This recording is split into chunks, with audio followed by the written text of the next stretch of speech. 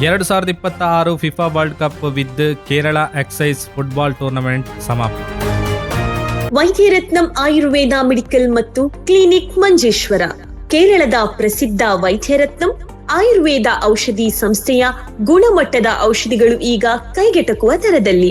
ಕೀಲು ನೋವು, ಬೆನ್ನು ನೋವು, ಅಲರ್ಜಿ, ಚರ್ಮ ರೋಗ, ಮಧುಮೇಹ, ಸ್ತ್ರೀ ರೋಗ, ಕೂದಲು ಉದುರುವಿಕೆ ಸೇರಿದಂತೆ ವಿವಿಧ ಆರೋಗ್ಯ ಸಮಸ್ಯೆಗಳಿಗೆ ಅನುಭವಿ ವೈದ್ಯರಿಂದ ಚಿಕಿತ್ಸೆ ಮತ್ತು ಸಲಹೆ. ವೈದ್ಯರ ಸೇವೆ ಸೋಮವಾರ, ಬುಧವಾರ ಮತ್ತು ಶನಿವಾರ ಬೆಳಗ್ಗೆ 10ರಿಂದ ಮಧ್ಯಾಹ್ನ 2ರವರೆಗೆ. ವೈದ್ಯರತ್ನಂ ಆಯುರ್ವೇದ ಮೆಡಿಕಲ್ ಮತ್ತು ಕ್ಲಿನಿಕ್ ಮಂಜೇಶ್ವರ. ಕರೆ ಮಾಡಿ 9497431005. ನಿಮ್ಮ ಆರೋಗ್ಯ ನಮ್ಮ ಜವಾಬ್ದಾರಿ. ಇಂದೇ ಭೇಟಿ ನೀಡಿ.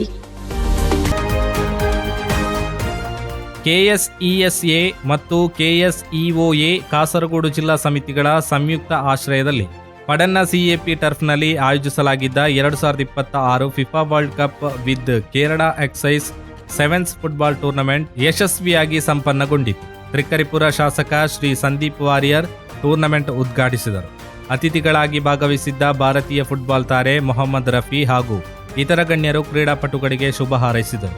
ಫ್ರಾನ್ಸ್, ಪೋರ್ಚುಗಲ್, ಬ್ರೆಜಿಲ್ ಮತ್ತು ಅರ್ಜೆಂಟೀನಾ ತಂಡಗಳು ಭಾಗವಹಿಸಿದ್ದ ಈ ಟೂರ್ನಮೆಂಟ್ನಲ್ಲಿ ಫೈನಲ್ ಪಂದ್ಯದಲ್ಲಿ ಫ್ರಾನ್ಸ್ ತಂಡವು ಚಾಂಪಿಯನ್ ಆಗಿ ಹೊರಹೊಮ್ಮಿತು.